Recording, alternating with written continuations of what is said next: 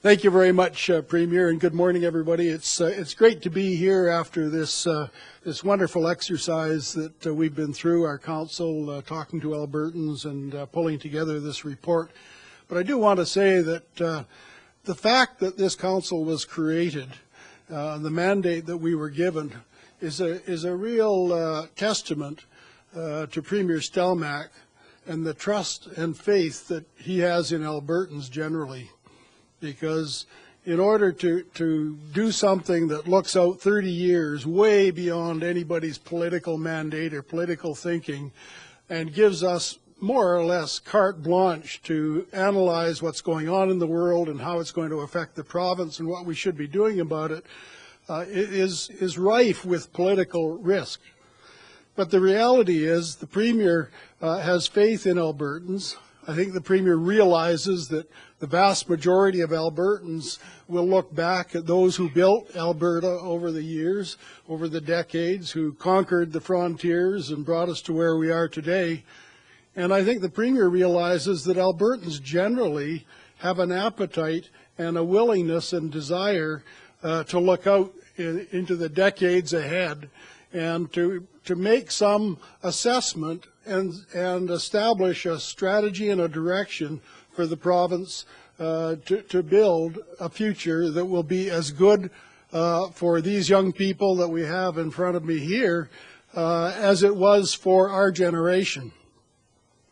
And when you really think about it, these young kids who represent some of the young people we spoke to, they're, I don't know, 16 to 20, somewhere in that range. They're actually going to be heading toward their 50s 3 decades from now. They're probably going to have young kids that have got to worry about making a living and what kind of a place are they going to have to live and work in here in Alberta. And so this is a profound report and a profound mandate that we've been given, and we very much appreciate it. The Premier spoke about the council, 12 extremely accomplished people, myself excluded, but we've got 6 extremely accomplished people right here and 4 others who could not be here today. But they're drawn from people living in Alberta, people who used to live in Alberta but have an attachment here but may live in Canada, and some of them are international in terms of their residence. But the common denominator across the council is a deep attachment and a deep commitment to the province of Alberta and to apply whatever knowledge and wisdom that we've accumulated through our careers to thinking about the future of the province. And I thank my council members because you folks have been great to work with. The cross-fertilization of ideas has been absolutely wonderful. There is no dissenting opinions in this report. It is a report that we're unanimous on. Maybe a few places where we're a little bit lowest common denominator, but we've identified it, and Albertans can figure out which way to go on certain issues. So I'm gonna walk through just a few slides and give you a sense as to what the report has in it. But I want to emphasize that the report is absolutely flush with narrative, with suggestions, with policy recommendations. The brief synopsis that I'm going to give is not going to do justice to what's in the report, and to the degree that we can get you and all Albertans engaged in talking about it. We don't claim to have a monopoly on the best ideas. We've given it our best shot, but we think what will happen is the conversation will generate many new ideas, but we think we've got the fundamentals basically right in this report. Now, when you look out 30 years for a province like Alberta, the first thing you have to always remind yourself of is that Alberta is a relatively small economy. Yes, we're a big land mass rich in resources, but we're a small economy, and we are extremely dependent on trade and linkages beyond our borders. Without trade, without those linkages outside of Alberta, you would not be creating much wealth at all today in Alberta. There wouldn't be many people living here because you couldn't earn a living, and we just would not have the prosperity that we have today. But when you are so dependent on your linkages to the outside world, you then have to look to the outside world and identify the fundamental shifts and changes that are going to fundamentally affect the province of Alberta going forward. We do that in this report, and we refer to those fundamental changes as the seismic shifts. Why do we call them seismic shifts? Because they are big. They're going to perturb and cause tremors in the way we earn a living, in the way we create wealth, in the conditions under which we're going to be living going forward. And they're seismic in the sense that there is nothing that Alberta can do today to affect many of the seismic shifts that are going on out in the world. And I won't take you through that. You can see it in the report. But fundamentally, over the last 30 years, technology has absolutely driven a transformation of the global economy, the global marketplace, the way people compete in the international economy. And so it is a fundamental series of shifts and changes that have occurred over the last 30 years, and many of them will continue to occur. And it has caused an economic liberation around the world that we're all familiar with. Countries that we saw as impoverished and developing are now becoming technologically equipped and capable of doing business in the entire world marketplace in ways that we had never thought possible in years gone by. And so developing economies, and we're talking beyond just China and India, developing economies in Africa, in Latin America, and elsewhere are now able to compete in the global marketplace, not just in terms of producing stuff using cheap labor and selling low-priced consumer products into Western industrial countries. They are now becoming scientifically rich. They're becoming educated. They're producing engineers and mathematicians much more rapidly than we are here in Alberta or in Canada or, frankly, in North America. So that seismic shift is going to have fundamental impacts on Alberta going forward, and we're going to have to adjust the way we do business, adjust the kinds of training and education we're providing to young Albertans in order to be able to take advantage of the opportunities that are coming at us, but also to deal with some very real and significant threats. This economic liberation has another element that affects Alberta fundamentally, and it is that as these economies grow and develop, they need stuff. They need steel. They need oil and energy generally. They need to feed their populations. And so this shift that's going on out there has had and will continue to have a fundamental impact on the demand for the products that Alberta is rich in. That's a very important development. And as I say, the tidal wave of advances in knowledge are going to fundamentally reshape how we do business. I'll talk a bit more about that to those who have an interest. But it also creates what we call a new sense of geography. It is absolutely critical for Albertans, as I said right at the outset, to think in terms beyond Alberta. And the first area where we have to think beyond Alberta is in what we call building the North American platform. Alberta's economy has fundamentally, in terms of trade, been driven off of the economy of the United States. And the relationship between Canada and the United States and the partnership in North America has become frayed at the edges. There's been a lot of isolationism in the United States of recent years. Protectionism has been wearing different disguises, but it's there, it's been growing, and there is a very important issue for Alberta to get engaged with the Government of Canada, engaged at the subnational level with states and other provinces to push to make sure that the North American platform continues to evolve in ways that reduce risk for Albertans and give us the opportunity to build wealth and create ongoing and sound linkages within North America.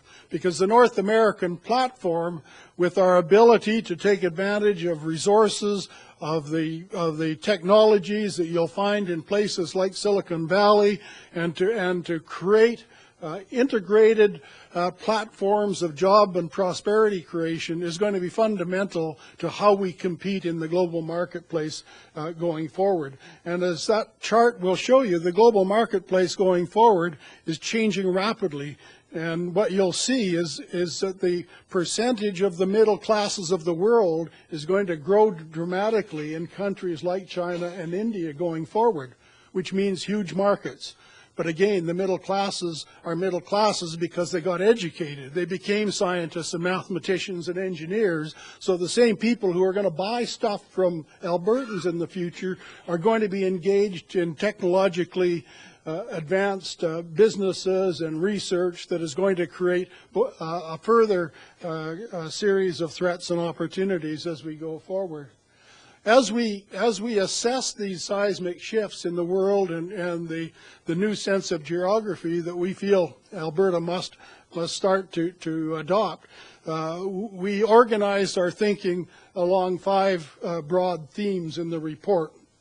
The first theme was, again, not surprisingly, to get back to basics and look at the mother lode, look at where we've been generating our wealth over the last many decades here in Alberta, and it is the energy sector, and increasingly it is the oil sands.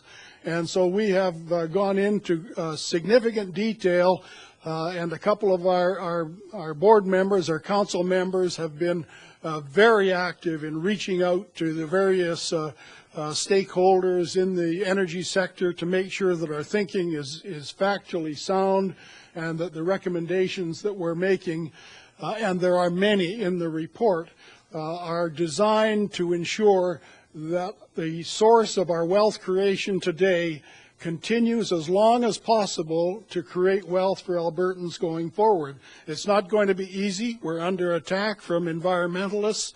The costs of extracting oil from the oil sands are high. The need for more technologies and technological innovation to ensure that we can continue to prosper on the strength of oil is absolutely critical. And we will have to enter new markets, because today 99% of the energy in this whole country is actually sold in terms of exports to the United States.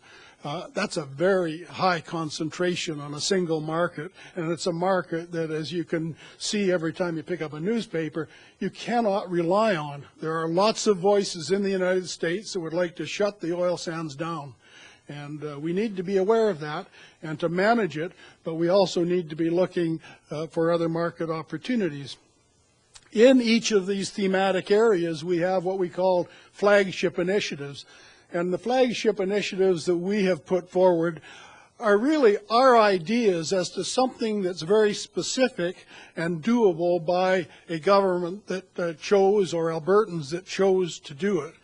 We are not saying that there aren't other perhaps better or just as good initiatives that you could call flagship initiatives, but we've given you our 5, and we've aligned them with each thematic area, so that there is enough in this report that if you did the flagships, you would be undertaking what we think would be a major transformation here in Alberta that would be of great benefit to future generations. And in the energy area, we're suggesting that Alberta has the potential to become the world's leading base of knowledge and technology and accomplishment in the area of energy.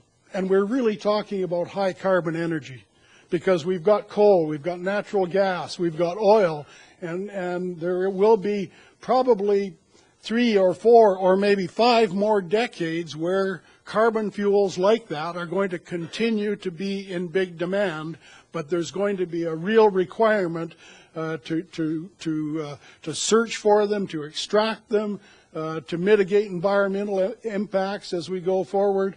And we think Alberta can be the world's best. And we're suggesting a global center for energy that would be the focal point around that exercise, and we have outlined in the report how that might work.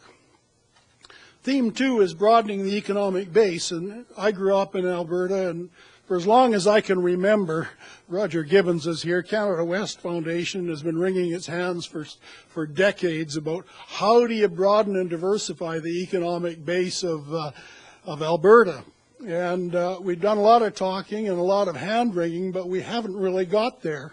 And so we have put a lot of effort into examining the various issues that are at play in broadening the economic base. And there are many, because when you are a resource-based economy, there are many in the world who will refer to it as the curse of natural resources.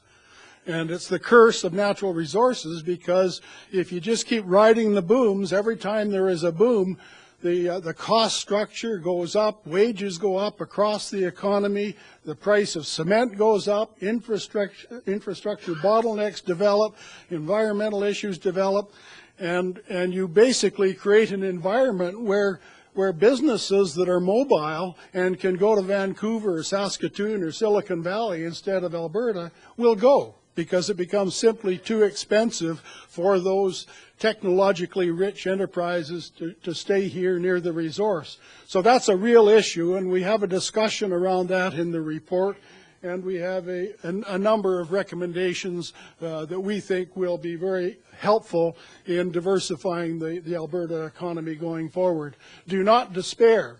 We can diversify the Alberta economy, but it's going to take far-sighted vision, and is going to take a discipline applied consistently over a number of years to get there. We have a flagship initiative that we're suggesting as part of the economic diversification equation, and it is to create an Alberta Institute for Advanced Technology. And there the notion is not to replicate what's being done at the universities in Alberta. We have great universities in Alberta. They're great teachers, they're great researchers, largely curiosity-driven researchers who are publishing journal articles and working their way up the academic ladders. What we believe is necessary in Alberta is an institution that can serve as a focal point for commercially driven research. And we're talking about an institute that would attract the best and brightest from around the world. We're talking about an institute where professors would not have tenure. We're talking about opportunities for students in universities to have a time where they could spend a year or two at this institute, and there would be a very powerful interplay between the institute and the university community. But it would be focused on commercializing research and creating the conditions so that many of the innovative businesses that start up and get bought out before they've reached a critical mass would have a home in which they could grow and thrive and stay the course for long enough to contribute to the long-term future in Alberta.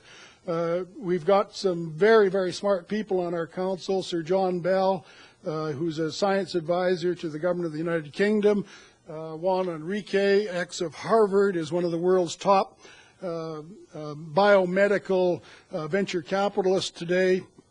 And all of our other members who have practical experience on these matters have all agreed that we need something like this here in Alberta to really start to drive economic diversification. The third theme is around preparing Albertans. It's about people, getting people educated and prepared so that they can deal with the seismic shifts. And the little graph that you see there is basically a stylistic way of saying the following. The earlier you invest in young people and in their education and in their health and their well-being, the more likely you are to succeed in terms of having a productive, healthy, vibrant workforce going forward. Not to mention the social dimension of people who are healthy mentally, physically, and able to survive and prosper in the economy that we're seeing going forward. We also believe it's critically important that we change the learning system here. And this is not a reinvention of the wheel. We're recognizing work that's already been going on in some areas of Alberta government and elsewhere in the Alberta economy, where people are starting now to focus on changing the model of learning. The whole idea that you go to school and graduate from high school, go to university, get a job, and that's the end of your education, has gone out the window completely. We're now into a world, whether we like it or not, of lifelong learning. And in effect, people are adapting to it, like I am with my iPad, and people are with their iPhones. They're basically connecting to the world reservoir of knowledge and information on a daily basis. So in effect, they're keeping their human capital fresh and up to date. And we're going to have to think about how we do that across the Alberta population going forward. We're also going to have to think a lot and invest a lot in ensuring that young Albertans become internationalists as they go forward. Because in this global economy that we're talking about as we go forward, Albertan young people today are going to have to go out and forge partnerships with companies in China or research organizations in India or wherever, because the reality is more than 99% of the ideas and the science and the technology that is being developed in the world today is not developed here in Alberta. We're good, we're great for what we do, but there's a huge pool of knowledge and technology out there, and Albertans are going to have to connect to it intensively going forward. That means people that are going to have the technical training, the cultural awareness, the language skills, and that's an area that we focus on. In terms of a flagship initiative, the Council was unanimous in feeling that Alberta has a social issue that people are aware of. It's been a crisis for a long time. It's the Aboriginal young people and the academic performance that they have had over the last few decades, which has been well below the academic performance in the rest of the population. And our flagship initiative, because the Aboriginal young people constitute, I think, something like 10% of the potential workforce in this province, they need to achieve, not just have the opportunity to achieve, they need to actually achieve educational parity with the non-Aboriginal population. And while that doesn't sound like a flagship initiative because we haven't told you what lever or what's the silver bullet, we think if the people of Alberta and governments of Alberta fixate on setting a target no later than 2030 of ensuring that young Aboriginals have the same educational performance outcomes as other Albertans, that will enable the many interventions that are required on the part of government, of business, of not-for-profit organizations to be brought together into a cohesive plan to ensure that Aboriginal Albertans are able to achieve equal educational outcomes as other Albertans. That is a powerful economic investment. So people shouldn't think that this is charity. This is a powerful economic investment that will create economic spin-offs, will reduce expenditure demands tremendously in government, and it does what is socially right in terms of ensuring that young Aboriginals have the opportunity and are able to capitalize on the opportunities that other Albertans capitalize on. So that is really our flagship in that area, and we think it's vitally important. And it can't be government says that this is the way it should be done in Aboriginal community A, B, or C. It's got to be collaborative. The Aboriginal communities have to buy in, but we have to create a framework in which they can buy in. Theme number 4, provide a strong platform for economic growth. Most of you will know intuitively what we're talking about there. In the emerging global economy, we have to ensure that we have the infrastructure and the if you like, another form of platform to be competitive in the global economy. That means transmission lines to move energy from source of generation to the source of consumption.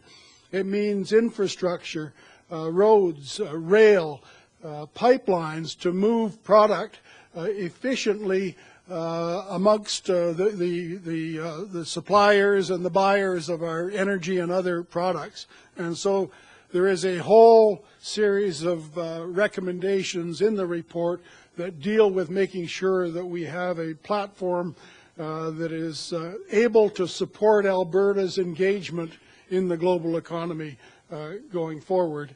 And we have suggested as a flagship initiative an Alberta Water Resource Authority, recognizing, and many people have told us this, recognizing that water is emerging as probably the #1 constraint to economic development in parts of Alberta today. Southern Alberta is on the verge of having a crisis in water availability.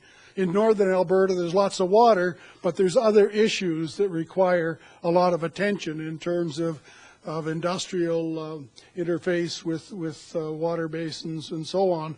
And so we have suggested a water authority that is going to be able to collect data on water mapping, on water infrastructure strategic opportunities, on exchanges that are occurring out there in terms of people buying and selling water rights.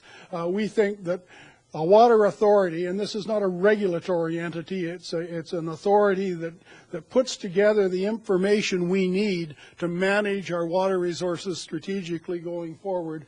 And we think that will be of critical benefit to the economy going forward. Theme number 5 is the one where people really start to pull their hair out because it's all been kind of nice and positive up till now. And it's still going to be nice and positive, but it's going to take a little bit more effort.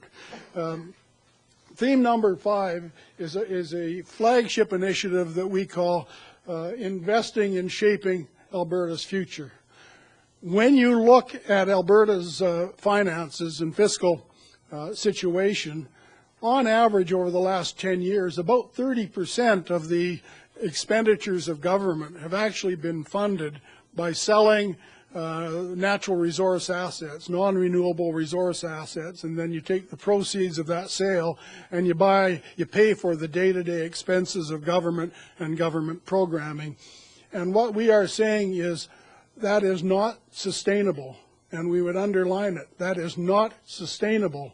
It creates unacceptable levels of volatility in the revenue base, because every Albertan who's been here long enough will have been through 2 or 3 cycles where energy revenues or resource revenues have been very high.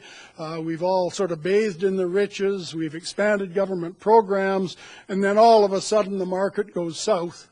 And what happens? Well, you've got wages that have been inflated because of boom times. You've got programs that are probably not affordable over the normal course of business. And expenditures don't fall the way prices fall in a resource commodity boom. So you've got a huge volatility issue, and we also believe that we cannot assume that the kind of resource revenues and energy revenues we're seeing today are going to continue forever. And this is not because we think the resource is going to run out. It is because that if you take today the price of oil well over $100, that is going to cause a substitution of other kinds of energy for oil that is going to incent other technologies, other ways of producing energy that are going to eventually be sufficiently robust that it can displace oil in a significant way. And tar sands oil, which is 95% of what we're talking about here, is very expensive oil. And so we believe that we have to stop funding ongoing operating programs and day-to-day expenditures by selling off assets. It's a little bit like selling bits of the farm year after year to pay for the groceries and the new cars and so on. You just don't do that. Now, people will say, gee, you guys must be advocating a sales tax.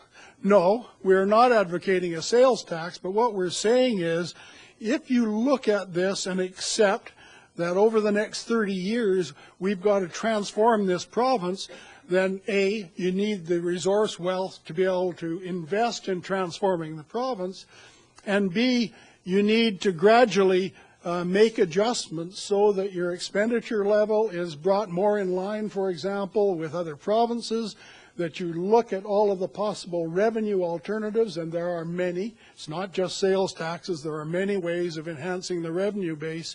And if you do that over 10 years, we're saying 5 to 10 years in the report, we believe you can do that without draconian measures, without undue pain and harshness. And this is the brilliance, in a way, of what Premier Stelmach has asked us to do. Because if you get Albertans to buy into the long term, to think about their kids and their grandkids and what we have to do today, you're not going to have to ask them to give up the standard of living they have today. But what we're going to have to do is ask for people to decide how to make sure that our government is spending and operating programs what we're bringing in operating revenue. And that we take the resource revenues and we put them into a Shaping the Future fund, a little like the old Alberta Heritage Fund, but with a little bit different and greater rigor around the governance and the decision-making to make it a less political fund and much more a fund where experienced people are doing rigorous analysis in terms of what kinds of investments in infrastructure and people and in some of the initiatives we talked about today are going to make a big strategic difference in transforming the Alberta economy going forward. And we're saying it has to be done rigorously, and there has to be a mandate of clarity that ensures that this never becomes a frivolous fund just for the short-term enjoyment or political game playing. So that is what we're saying. We are not calling for a Norway-type fund where you invest billions of dollars and invest it in securities around the world. We are calling for a much more focused intervention so that we can treat our future and the creation and building of our future as an exercise with intent. With intent. In other words, we see the beacon, we see the North Star, and year after year, in pragmatic steps that are not going to cause convulsions of unrest in Alberta, but in a series of steps and pragmatic moves, we think you can get there if people buy in to the strategy, buy in to where we're trying to go. So that is our. I kind of got ahead of myself there, but there. And finally, we have asked ourselves, it's a bit of a trivial question, but it's an important question. What could stop us from getting where we need to go? And the answer is lethargy. If Albertans put the report in a filing cabinet and let it gather dust, or if people say, this is too hard, or, we can't deal with this politically because Albertans aren't ready for it. If that's what happens, then the seismic shifts are going to take their toll on us. They're not going to stop. The seismic shifts are not going to stop. We can adapt and be ready and take advantage of the opportunities and mitigate the threats. But if we do nothing, I guarantee you we're going to have some tough years ahead. And it may not be next year or the year after, but it's in the not too distant future. And so our plea is, Albertans, talk about it. Take the report, tear it apart, criticize it, create better ideas, but get going on shaping the future and shaping a navigational beacon for the future, and let's make it politically advantageous for our elected leaders to actually do the things that have to be done, because that's the only way it's going to happen. We will, as a council, be engaging again in June. That was our scheduled last meeting in June.